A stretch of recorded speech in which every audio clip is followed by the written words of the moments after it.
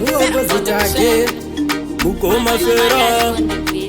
Boaland Savili Music. Asi Mwari vanotitarira ndivo vanotichengeta zvese zvatinokumbira ndivo vanotigovera ino zvamaisada kuti ndibate chinooneka ino zvamaisada kuti ndibate chinooneka ino zvandanacho vavengi vangu muchati kudi ino zvandanacho vavengi vangu muchati kudi nekuti magara mune daka hamufare kuona patinovaka ende tozviziva kuti makatimaka mune godo hamude chakanaka asi Mwari vanotitarira ndivo vanotichengeta zvese zvatinokumbira ndivo vanotigovera ino zvamaisada kuti ndibate chinooneka ino zvamaisada kuti ndibate chinooneka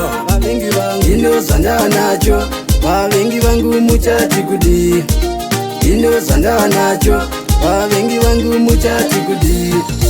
pandinofamba munongoronda zuva nezuva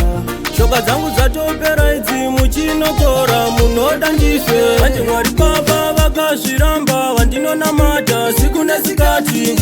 maida kuti ndiparare asi Mwari wangu vanomira neni ino zvamaisada kuti ndibate chinooneka ino zvamaisada kuti ndibate chinooneka ino zvandanacho vavengi vangu muchati kudi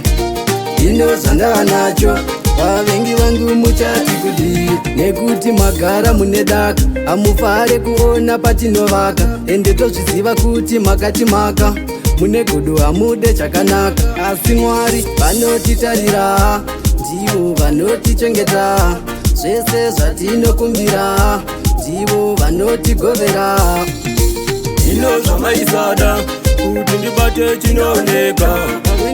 ino zvamaisada kuti ndibate chinooneka ino zvandanacho vavengi vangu muchati kudi ino zvandanacho vavengi vangu muchati kudi pandinofamba munongoronda zuva nezuva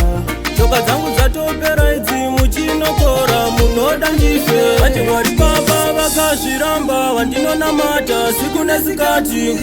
maida kuti ndiparare asi Mwari wangu vanomira neni